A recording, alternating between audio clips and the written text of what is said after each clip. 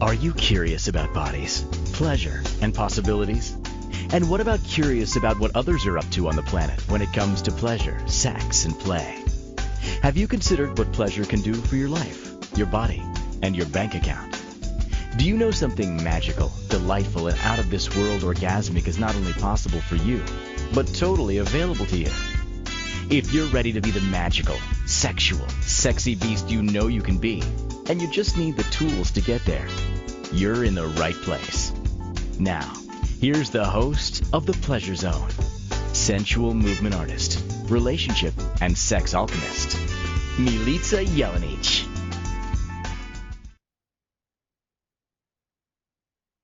Welcome, my sweet pleasure seekers. Oh, we're having fun on the Pleasure Zone these days. I don't know if you guys have been listening the last few weeks, but one of the top listened to shows, well, right off the bat, I have to say, I did in July, and it was called Obligation Sex. So if you're listening to this episode on the role of trust and arousal and pleasure, the role of trust in arousal and pleasure, you might want to go back and listen to a few other episodes too, if this is your first time, because there are some doozies and hilariously great shows that are educational, they're fun, they invite you to look at things that maybe you haven't considered. So yeah, go back, have a listen to that. Though some of the greatest listens I've had are kink shows. So if you are into kink in any kind of way, there are lots of episodes for you on the Pleasure Zone. If you also like things historical or anthropological or anything to do with biology, we have a lot of episodes on all things to do with even, say, hormones and nutrition and how that affects libido, or we have things on like the history of sex toys. So lots of great shows on the Pleasure Zone. We are in our 11th year here and loving every minute of it. Having guests is been something that I've been doing for the entire time as well. And I've had some really amazing guests over the last few years. I've got amazing guests coming up as well. So keep your ears open to new and fun shows coming, as well as go check out some of the older ones. For those of you who are also new, you probably don't know what I do and why I'm even talking about this stuff. So I'm a holistic health practitioner, and I have been for 27 years. I'm also a sex and intimacy coach, and I have been a sex and intimacy coach for about 10 years. So I thoroughly enjoy working with people, bringing them out of trauma and into pleasure. And most bodies who have any kind of illness have experienced some kind of trauma in their life, and their body is not able to resolve it or be able to heal. So getting you out of trauma and into pleasure isn't just about sex, but it's also about getting your body to heal, have a healthier life, have a happier life. And that's what we're here for. And today's show actually was part of a conversation I had. I was traveling with a friend a few weeks ago, and we were talking about something in the car. We were talking about erections, and I was saying how, even I think there's this illusion around men that they can just be turned on by a breeze. Now, for some men, that's true. However, there are also a whole lot of bodies with penises that do not get erections simply from, random stroking or anything like that. If there's, a whole bunch of fear happening, or if there's health issues happening, or a lack of trust, that can impact your body greatly. Now, we've talked a lot about erectile dysfunction on this show, and we've also talked about anything to do with vulvar pain, as well as different pain that could cause you, if you have a vulva, to not feel interested, hormones that are related to that as well. So how do we get our bodies to have arousal and pleasure? So arousal doesn't always equal pleasure, and it does definitely not always equal consent. And there's been a misunderstanding and a misnomer for a really long time. And I have to give kudos to Emily Nagoski, the writer. There very poignantly that arousal does not equal consent. I think that was in her second edition of the book, because we, There has been research that has found that bodies will get aroused without consent, whether they want the sex or not, or whether they want to be aroused or not. It's like if you pinch somebody, they have a reaction, right? Did they ask to be pinched? In this case, we're going with they didn't ask to be pinched, you pinched them, they had a reaction. So that reaction can be arousal, it can be erection, it can be like swelling of the vulva, it can be so many things, and yet it is not pleasurable. So having your body respond to different stimuli is what arousal is, but that doesn't always lead to pleasure. So we need to get really clear on what do we need in place in order for arousal and pleasure to show up. And so in this episode, I want to talk a lot about the role of trust. And the role of trust is, I think there's some misunderstandings around trust where it's always about the other person, like trusting the other, your partner is going to do the right thing or is going to have the same values as you. And that isn't actually what I'm talking about here with trust. So trust for me fundamentally comes down to, do you trust you primarily? And then in trusting you, you also need to be able to trust, if you have a belief in a higher power, that you can have a relationship and connection to a higher power, that you trust in that you are not alone, and that you're being guided, and that you are getting insight and information. And if you don't believe in a higher power, as long as you have that trust in you, that's primary. What does that mean? Is that I think there's also a lot of misunderstanding around that too. It's like, oh, I trust me, I know exactly what I need. However, if you've lived through any kind of trauma, or we'll go with trauma, especially trauma, and you are experiencing either PTSD or CPSD, you might not have the tools to trust yourself. A lot of your action might be out of fear, and it just might be reactive. So you might just say no to everything or yes to everything as you're being reactive. Sometimes too, when you're neurodivergent, you might just have reactive responses to environment or stimuli, because you could be overstimulated, or just something could be going on where you're like, wow.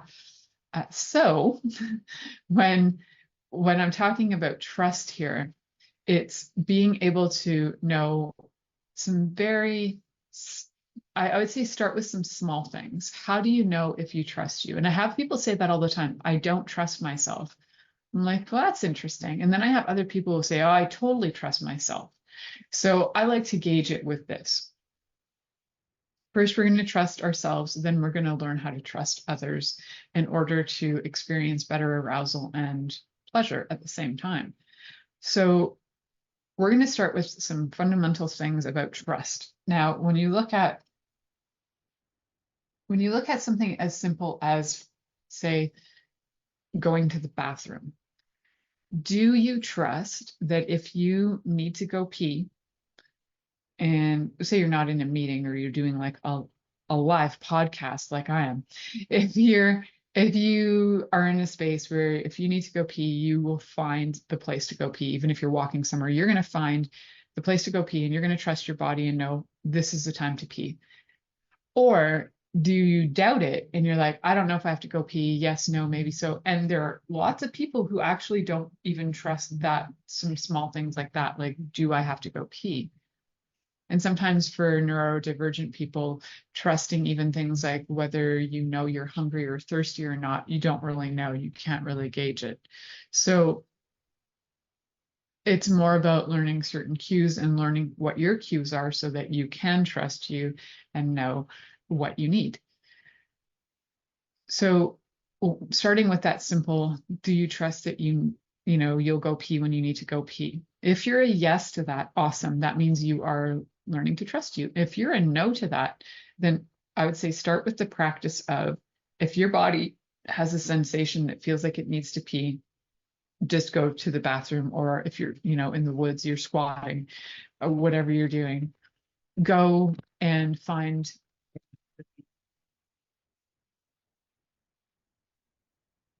in public on people's stuff, unless they paid you to do that and there's consent involved. So if you can trust that you know when to pee and you will pee if you need to pee, then you can start with that.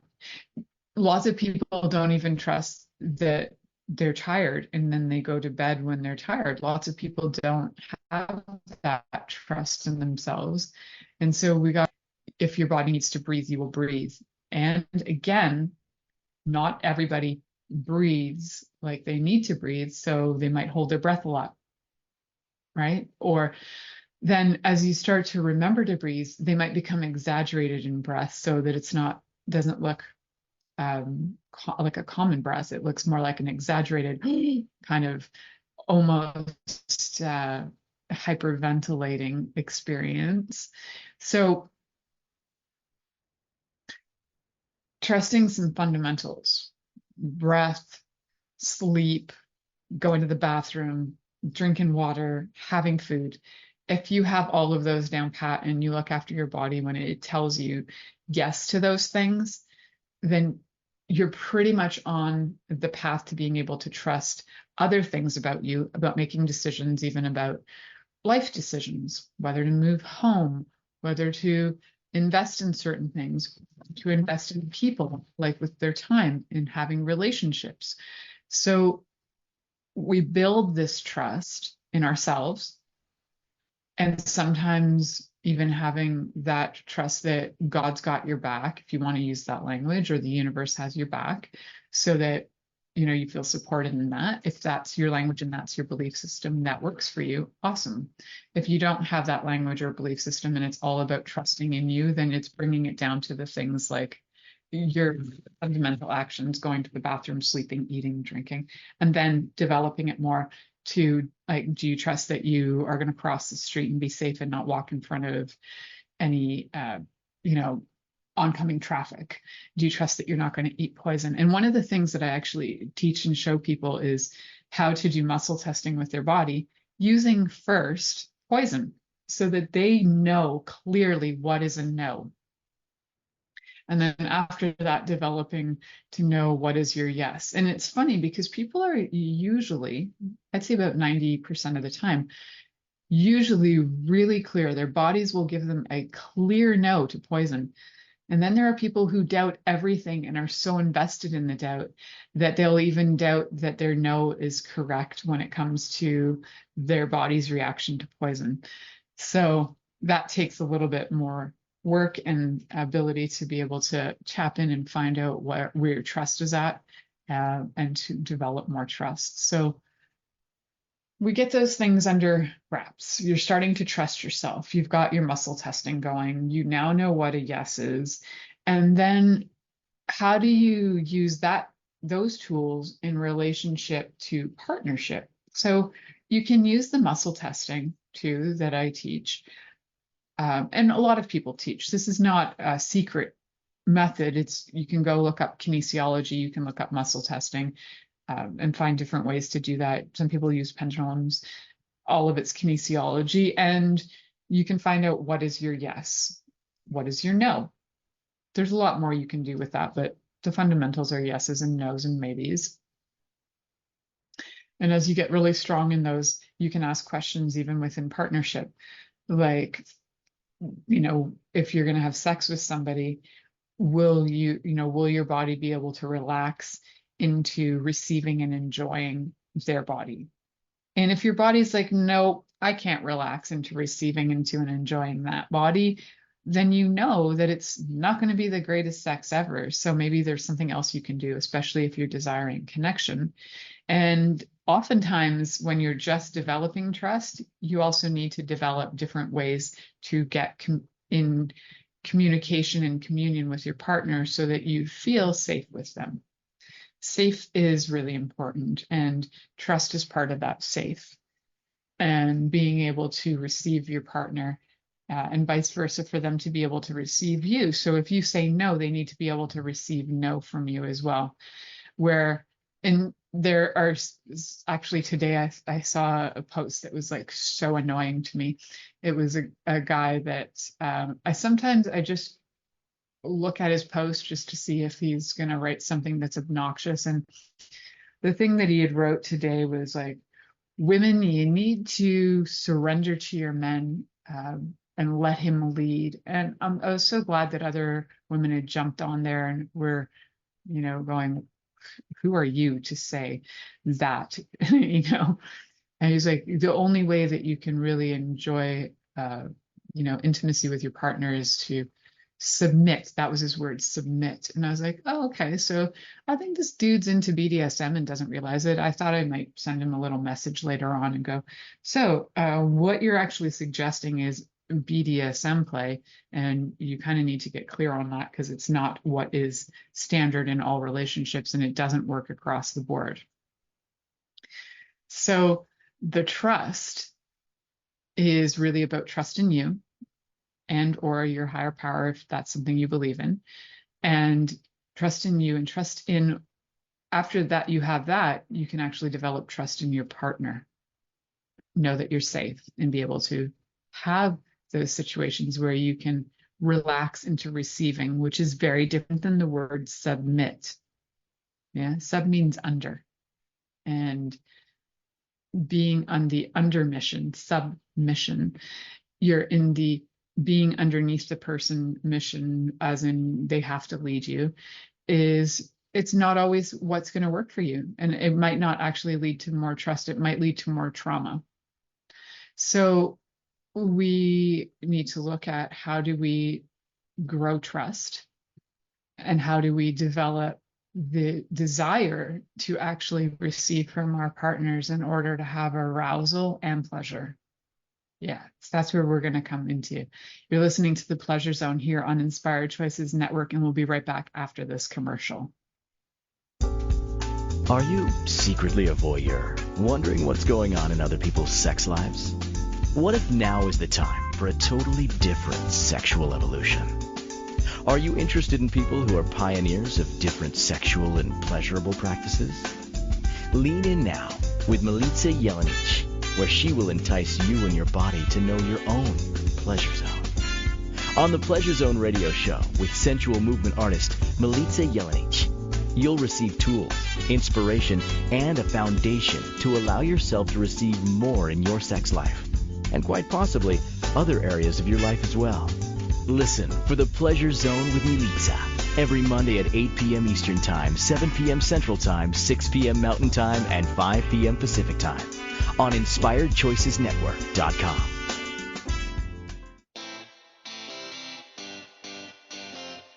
Are you a subject matter expert? Are you here to share your expertise with an audience waiting to hear from you in only the way you can deliver? Are you ready to have your voice amplified across the airwaves? Inspired Choices Network has a global radio platform streaming to millions of people across the world. Professionally produced and supported by an accomplished team every step of the way, you can broadcast from anywhere in the world, knowing your voice matters, and we ensure it is delivered with ease and efficiency. Eager to hear your message, the world awaits. Contact us today to become an Inspired Choices Network radio host. Email become a host at inspiredchoicesnetwork.com. This is the Pleasure Zone with sensual movement artist Milica Jelenic. To participate in the program today, join our live studio audience in our chat room at inspiredchoicesnetwork.com. You can also make the choice to ask or comment by email, info@milicajelenic.com. Now, back to the program.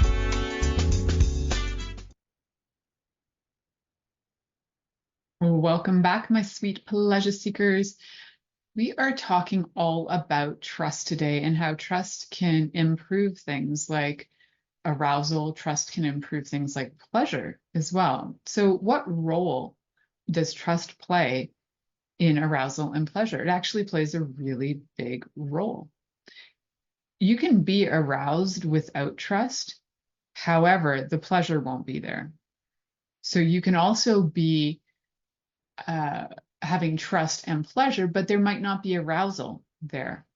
And actually, it's to not judge that if there's no arousal there, because sometimes there's physiological and biological reasons why your body isn't responding, and that's okay. Sometimes there's been trauma caused by surgery. Sometimes it's emotional trauma, physical trauma. You could have a car accident. Maybe you had, you were in a war and you got parts blown up, so you can't respond. Your body doesn't respond. So there's lots of different reasons why you might not have physical arousal, but your body could still receive pleasure. And when you trust somebody, that pleasure is available.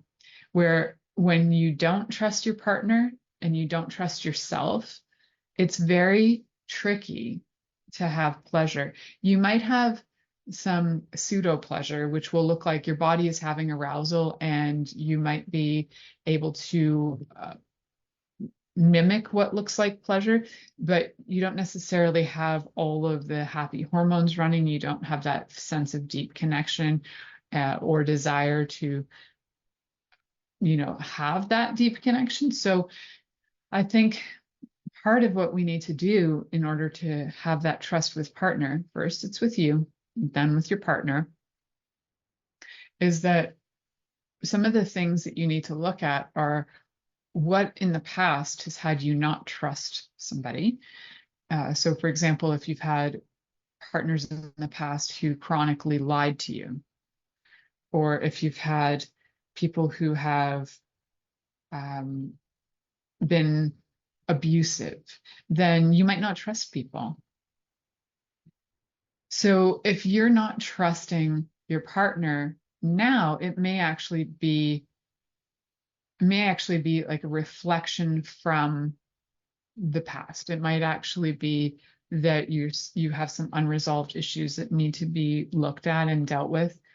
So, and looking at your partner as a new person, but also if you haven't resolved those issues, it's possible that you're going to be bringing in a similar kind of person in order to resolve whatever the issues are that are coming up. So if you've been with a chronic liar, if you've always been with liars and you have never done your work on trusting you, then you're probably going to land in with liars again until you can stand on your own and your own faith in yourself, or your own faith in God and yourself, and be able to trust your gut more than what that person is telling you. So when you've been in a relationship with a liar, the chances are you had given up your knowing what you knew to be true and your trust in yourself.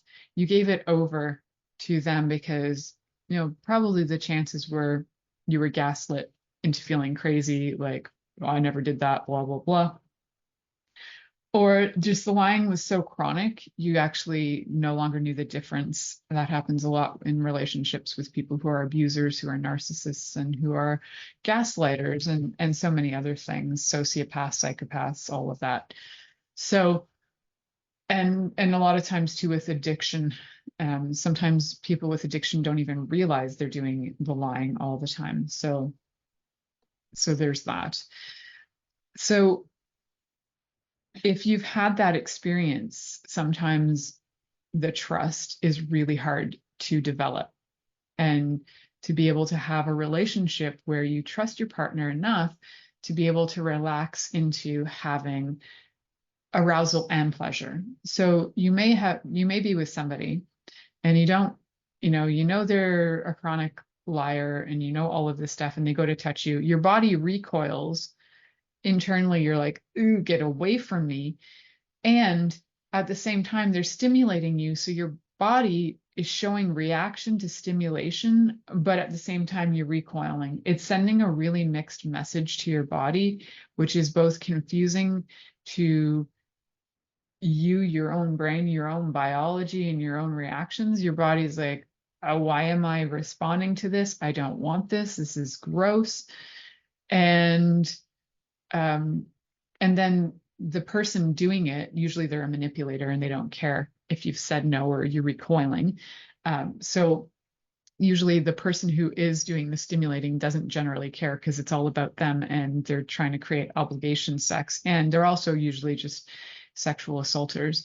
They will just keep going because they don't care whether you are actually turned on or not, or consenting or not.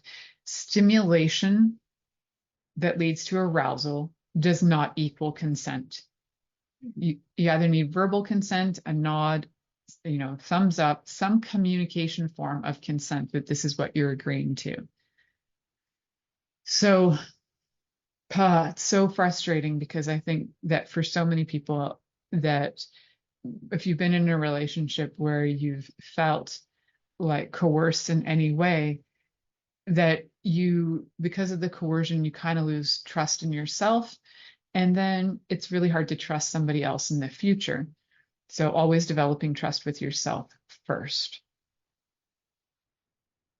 If you are, for example, experiencing arousal in a relationship, in a situation that's like a sexual situation, and you've just assumed that, well, my body is stimulated, so I must be saying yes, that is also not true.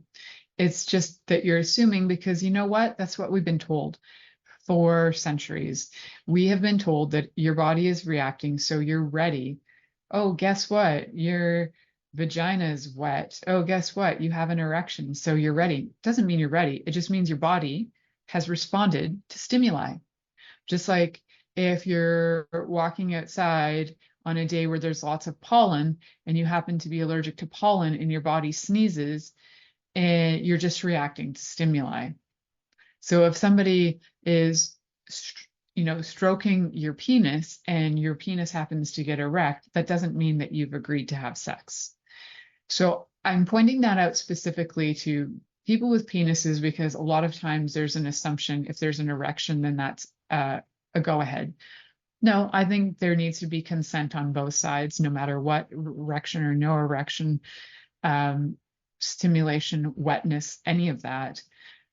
You still need to agree as to whether that is going to lead to penetration or a further sexual contact, like oral sex or other play or fingering or any of that. Is this something that you want? And you can get feedback from your partner as to whether that's something they want or not, or desire to have, because their body's just responding to stimuli. So even when you're married, that you don't have to assume that you are obligated to have sex with your partner because you're married, they have stimulated you, and now you have to perform. Not at all. Not at all. There's always a need for consent. So consent helps build trust. That's where I'm getting to. If you have really good communication, and if you are with a partner who has had trauma in the past, which is most people, around anything to do with their body, so whether it's like self-loathing of the body, or there's been physically being beaten, or they've lived in a family with addiction, or they've lived in a family where there's been sexual assault, then you're going to need to be mindful. If you're a kind and caring person, you already will be mindful of that. And look for cues and check and see if your partner is okay with things. And communication, kids, remember, consent and communication, they are so important. They're so key to being able to have a healthy relationship. So consent and communication really help in building trust. Some of the things that you might want to look at with consent are asking in advance, is it okay if, let's start small and simple. Is it okay if I hug you? I can't tell you how many people will just randomly hug anybody for a goodbye or hello without necessarily checking in, like, do you want a hug? Or checking in for any of that. It's just assumed. And I think we need to have more checking in on that. So particularly, I say that because my mom is a person who does not do well with hugs or physical touch. It's not her thing. It's way too much information comes through for her, and she's overstimulated and overwhelmed by people. And so when people do that to her, it's an absolute violation to her body. I mean, yes, I think that word violation might be extreme to some other people, but however, your body is being touched and basically you're not asking for it. And especially if you've had violence to your body in the past, it's going to be even more alarming that it keeps happening. So you need consent with checking in with hugs. Some people just open their arms and be like, do you want a hug? And the other person might respond with, yeah, sure, let's hug. Instead of like just walking up to somebody and doing that without them being able to say no, or be like, yeah, I'm good right now, thanks, no. So communication and consent, this is where this all comes in to help develop trust. So if somebody doesn't want to be touched and you honor that, then you're actually going to build trust with them. And if somebody would like touch and you're offering it, then that's also going to build trust that you're actually delivering what's being asked for, right? So yeah, we're going to talk more about that. So you're listening to The Pleasure Zone here on Inspired Choices Network, and we'll be right back after this commercial. Are you secretly a voyeur, wondering what's going on in other people's sex lives? What if now is the time for a totally different sexual evolution? Are you interested in people who are pioneers of different sexual and pleasurable practices? Lean in now with Milica Jelenic, where she will entice you and your body to know your own pleasure zone. On the Pleasure Zone radio show with sensual movement artist Milica Jelenic, you'll receive tools, inspiration, and a foundation to allow yourself to receive more in your sex life, and quite possibly other areas of your life as well. Listen for The Pleasure Zone with Milica every Monday at 8 p.m. Eastern Time, 7 p.m. Central Time, 6 p.m. Mountain Time, and 5 p.m. Pacific Time on InspiredChoicesNetwork.com.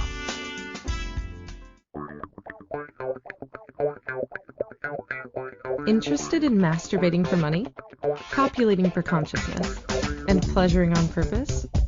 21 Days of Sexual Magicism with sensual movement artist Milica Jelenic is an exploration of tools, processes, and actions that you can use to create more for your life, your body, your money inflows, and so much more. Graduated learning for all levels of interest. Learn at your own pace via video classes or join the yearly live class. Take a peek at www.milicajelenic.com.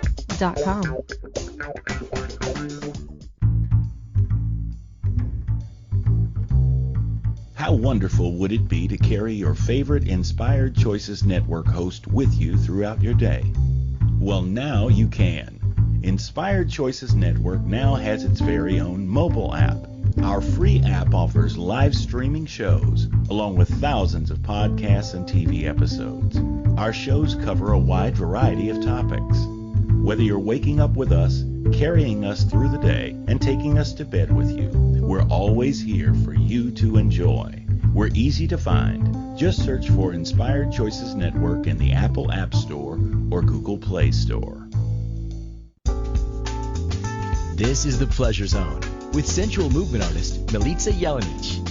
To participate in the program today, join our live studio audience in our chat room at InspiredChoicesNetwork.com. You can also make the choice to ask or comment by email, info@milicajelenic.com. Now, back to the program.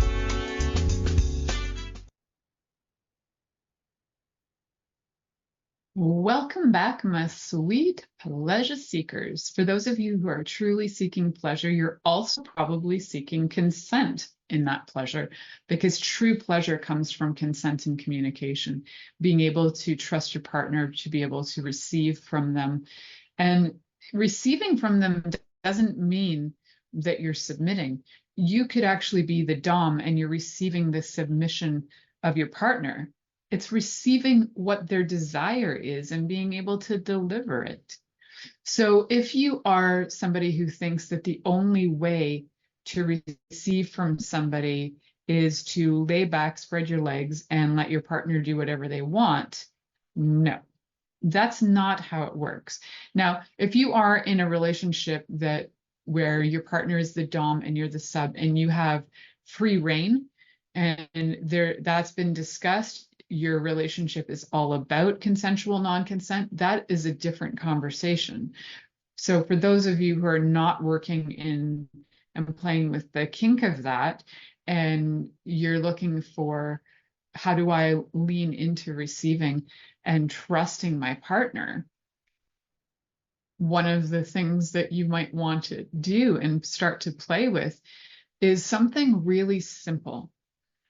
Learning how to actually look in your partner's eyes for more than 30 seconds can start to break down barriers where you might have felt uncomfortable, or you're not sure if you trust them, or, you know, I say this to people all the time. If you can't look your partner in the eye for 30 seconds, what are you doing sticking your body parts into each other? Like, you can't even look at each other. Why are you slapping those body parts together? Start with some very small things that will help grow and develop connection and communication and trust. So in that 30 seconds of looking, you know, you can look in their left eye, connect with their heart, deep breathe. It's a little, you know, energetic connection there. And as you do that and you start to connect with your partner, your body will either do one of two things. It will either relax knowing that you're safe, or you might get riled up because there might be something coming up where you're like, I don't think you can look at me. I don't think you trust me. I don't trust you. It will do something. It will create an effect. So if you've tried this with your partner and it feels incredibly uncomfortable to look at your partner for 30 seconds, there are other things you need to work on and look at before you go to arousal and pleasure, because you haven't even mastered looking at each other. And if you can look at each other and truly enjoy looking at each other, be in that moment, have your body relax, and then just be present, and your body starts to get aroused on its own. You don't even need stimulation for this, kids. And the pleasure starts to build, all because the energy is present and you're present with the energy that is actually allowing you to feel like you're receiving each other, like there is a sense of surrender and trust that's growing. And then as a natural response, what often happens when you start to do looking at each other for 30 seconds is, and I encourage you to do more after that, start with 30 seconds. If you've never done it, start with 30 seconds. Then as you start to develop that and start to look at your partner more, what will start to almost naturally happen, and sometimes you got to practice this, is that you'll start to breathe in tandem. So one of you can begin breathing, and then the other person can consciously become aware of their partner's breath and just follow that. It doesn't have to be, you know, the alpha partner breathing and the beta partner following. No, it's just one of you will start breathing and the other one can consciously start to follow that, or to encourage the partner to breathe along with them. So you're going to want to breathe deep, deep into, right into the earth, right? So you're coming from the top of your head and the breath is going to come in. This is like the simplest breath. There's variations, right? So the breath comes in, and as you're breathing out, the breath is going to settle and go down deep, deep, deep, deep, deep, right into your genitals, right into your perineum, and right down through, right connecting to the earth. And then breath in. And then the body is going to have the breath come in and then out. It's going to go down. And then it's going to circulate between partners. So you can be breathing in, and it'll come through maybe your partner's heart that you're breathing it into your body and circulating it through their head and down their body. You know, you can play around with that. So there's a lot of different methods on how to do that, but we're keeping it simple, just learning to breathe in and out together so that you can feel a sense of connection where you feel safe. And that safe space is going to build trust. And that safe space is going to build a way for you to feel more connected and more of a desire to just be with your partner, and your body begins to get naturally aroused. It's actually effortless. For people out there particularly if you have a partner who has complained that there hasn't been enough foreplay. This can be one of the easiest, most sincere ways of connecting with your partner to have them actually start to feel aroused without any effort. It's effortless to look at your partner. Now, if you feel like it is a lot of effort to look at your partner, or that they're going to think you're crazy for looking at them, then you've got other things going on that need to be addressed. And if you'd like to address those, you can always connect with me, Milica Jelenic, through my website, MILICAJELENIC.com. And you can book a free call with me, a connection conversation with me, and we can look at that. Because something's going on, guys. Something's going on if you can't even look at your partner. Now, if you're blind, that's different. Or if you are hard of sight and you're not able to actually look at your partner, you can't really see them. You can give the intent with your, even with your third eye, you can connect to your partner, or you can connect with hands. So hand to hand, and just being present with hands on hands for 30 seconds. So this is not, you don't have to be full-sighted to do this. You can do this with all kinds of level of sight, abilities to see. So touch can be another way, just hand to hand. You're not aiming for stimulating any genitals at this point. You're just looking to have a way to have connection so that the bodies relax. And once they relax, the trust starts to build. And once the trust builds, you're able to have conversation about things, right? So if you do have sight and you're looking at your partner, now the breathing has taken place, and now you're placing your hands on each other's hands. How fun would it be to just take that deep breath and check in your body, and then have the conversation about what your body is actually sensing, feeling, and what's being aroused? So you could be sitting with your partner, looking them in the eye, having the breathing connection, holding their hand, and then all of a sudden, maybe your genitals feel like they've woken up and they're like, whoa, I have this like tingling, throbbing sensation in my genitals. It's like amazing. I actually feel like my clitoris is being stroked and you're not even touching it. That's amazing.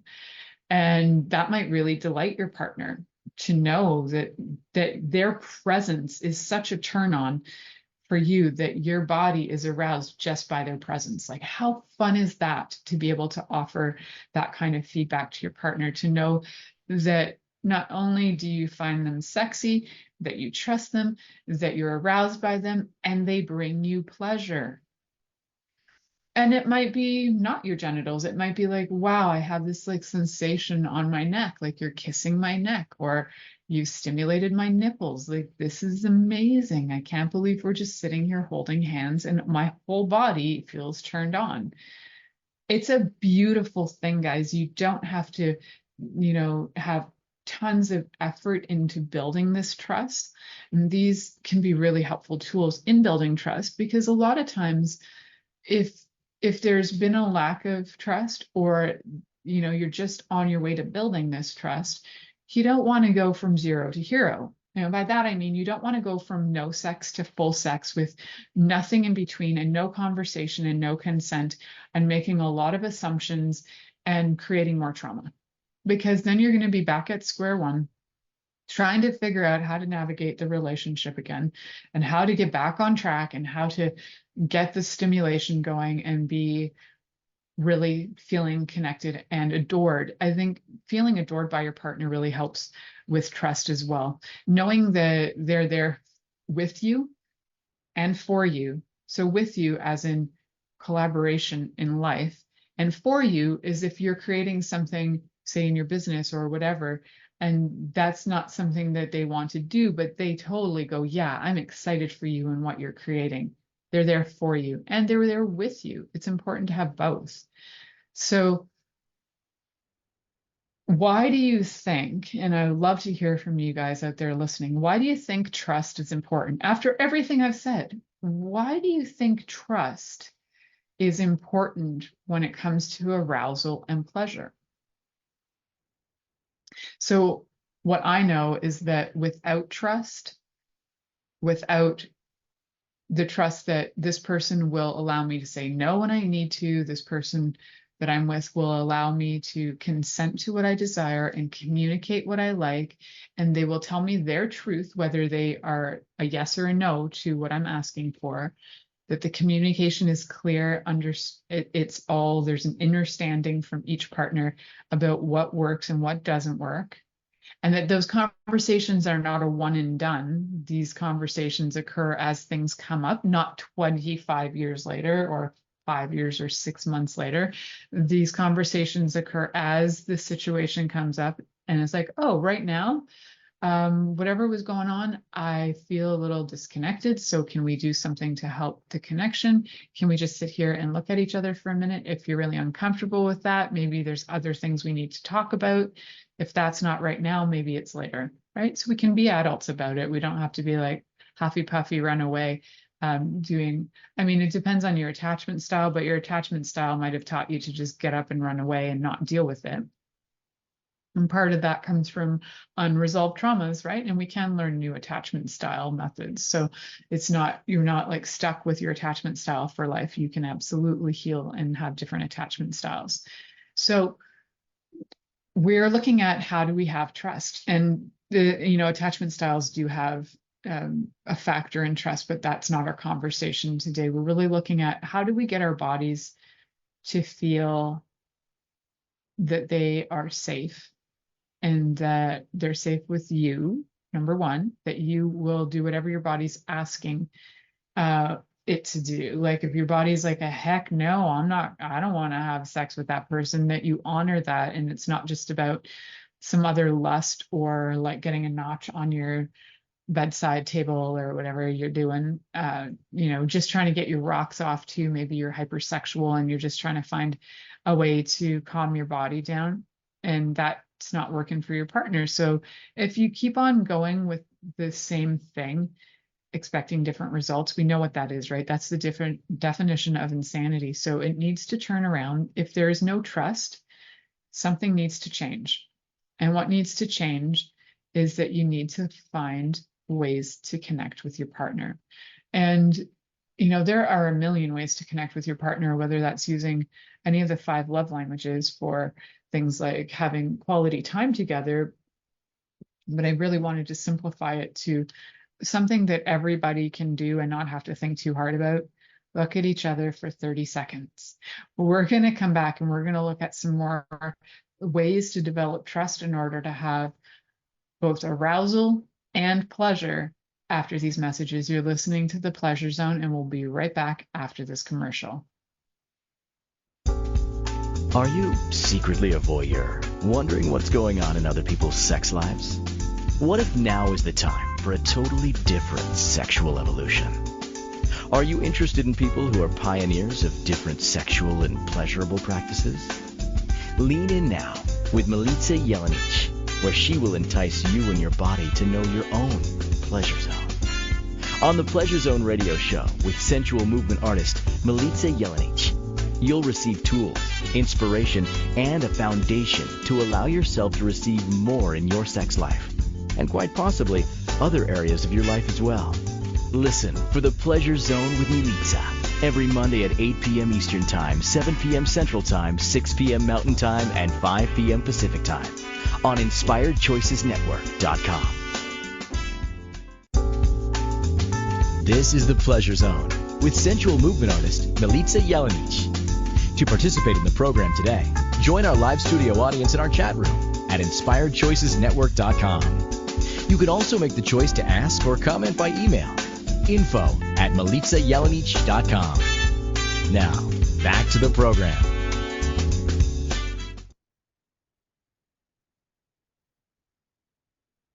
Welcome back, my sweet pleasure seekers. Today we're talking about trust and how that can impact both arousal and pleasure. So if you're with a partner who has insulted you repeatedly, has been unkind, who has told you you're no good, blah, blah, blah, blah, your body might get aroused from them physically stimulating it, and you will probably feel revulsion and not desire to have sex with them. Now, Some people will still desire to have sex even when they don't want. It's like there's a push and a pull. It's like, I don't really want to, but I want to, because it's almost like a self-deprecating situation where they're self-loathing. So they're just doing it because they don't think they're worthy of love. Guys, that's a whole other level of conversation that there's stuff to resolve. So I'm talking about kind of like the common situations where if you don't trust your partner, if your partner's been a total liar, and I wanted to mention this because if your partner has been a total liar for many, many times and is always like, no, no, no, I'm going to change, it's going to be different, and they never do, and it's always the same, and or they've lied about things repeatedly over the years, like, I'm never going to drink again, and then they always do, and they're hiding the alcohol, blah blah blah blah blah. Just bringing up situations I've lived through. So when you've been through that, you know that if you absolutely cannot trust your partner, know that what you trust is that they are not trustworthy. So trust you first, and don't worry about, I have to trust them. You don't have to trust your partner. It's that if you desire to trust them, and if they are trustworthy, and it's just been some of your stuff from the past that you haven't resolved, if your partner's trustworthy and you would desire to build a relationship based on trust and based on feeling comfortable, safe, and confident, and based on communication and consent, then there's room to actually improve things and work on it. So if that is not the case, then it's time to get out. So if you've been in a relationship where you have felt repeatedly like this, like you've never felt like you trusted your partner, you've always felt like there's been coercive sex or obligation sex, then you might need to have some strategy to get out. Well, there's always a need for strategy if you're getting out, so you might need to get out. And if you need strategy, I've done some shows on strategizing on how to get out by people that I know who have done it, including myself, but also several people gathered information from lots of people on how did they get out. And it always has come down to like being able to create your own sort of sense of security outside of that relationship. So having your own bank account and having certain things of your own in order to feel confident that you can get out. So if you're feeling like you are like, I could never trust my partner, even though, other people trust my partner, but I don't, go with your gut on it, because that's really about your relationship to them. Because there are a lot of people in the world who are completely different to their personal partner than they are to other people in the public or their friends or other relationships. So you don't have to go by what other people say about your partner. Go by what you know, and it might be just time to leave. And it's okay to trust that they're not trustworthy. Yeah, so you can trust that your partner's not trustworthy. And that's also a form of trust. You can also trust that you do trust your partner is trustworthy. So how does that play in with pleasure? Guys, if you trust your partner and you feel safe, you will relax, you will be able to receive them. You'll probably be curious, and you'll also probably be willing to try things that you never tried before because you know that you're safe with them. So if you never wanted to be having your hands bound up behind you, tied up to your head, but somehow with your partner, they help you feel really safe, you might be like, you know what, I can do that with you because I know I'm going to be okay and I'm going to be safe. And some of those scenarios will actually help build even deeper trust. You can absolutely, if you're with a partner that you deeply trust, use and play with a lot of kink to help develop even more trust, especially if you've got your safe words in place, you got your consent, you got your communication going. You can develop a really strong partnership and bond using things like playing with kink. So that's a whole conversation for another day too, but we needed to develop some fundamental trust in ourselves. And so we looked at that in the first segment, and then how to develop trust in your partner, and then how to develop connection with your partner. And I hope you guys play with these this week, because there's so much fun that you can have just looking at your partner for 30 seconds. Thank you for listening to The Pleasure Zone with sensual movement artist Milica Jelenic.